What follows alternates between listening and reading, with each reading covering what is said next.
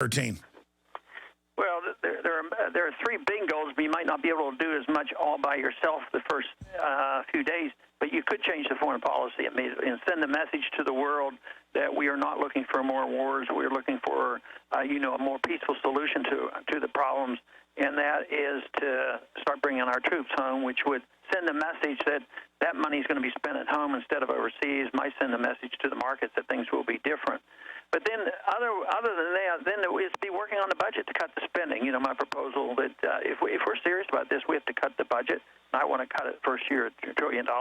And the other thing that must be changed is curtailing the power of the Federal Reserve to monetize debt and get something passed where we can either or both, restrain the Federal Reserve to act on its own, to print trillions and trillions of dollars and bailing out everybody around the world, as well as a thorough audit of the Federal Reserve, and then find out, find out exactly what they have been doing, and then aim for legalizing the competing currency. Some of those messages, if we change our foreign policy, bring our troops home, start balancing the budget, you don't have to wait for everything to be perfect. It's just the direction we're going.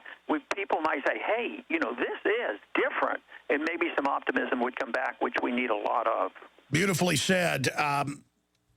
What can we do on the campaign trail briefly? And then finally, I know you've written a piece today that's on your congressional site. It's also on Infowars.com about forced drug research where they're trying to psychologically screen the kids. Internet kill switch admitted in the Washington Post. All of this is happening. But what can we do to ensure that you win in Iowa, Congressman, in closing? Well, let's continue to do what we're doing, and if they're not involved, anybody's not involved, want to go to Ron Paul 2012 and find out, because people can phone from home.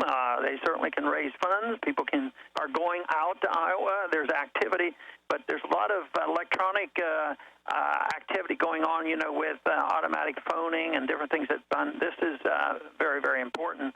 So we're in the lap here right now, so it's very important that we get maximum effort made.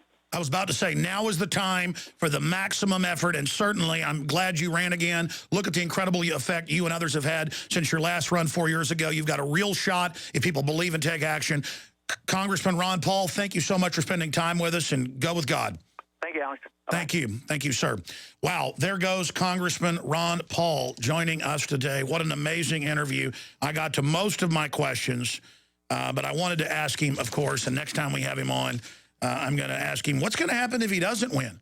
I mean, what's going to happen if the New World Order continues? The world government's now admitted. You can't be laughed at anymore about banker takeovers, with Time and Newsweek saying, Bank of the World, Goldman Sachs takes over Europe, austerity for all. Internet kill switches. The Washington Post last night, headline, Internet kill switches here. The Hill newspaper, selective Internet kill switch. I mean, it's here.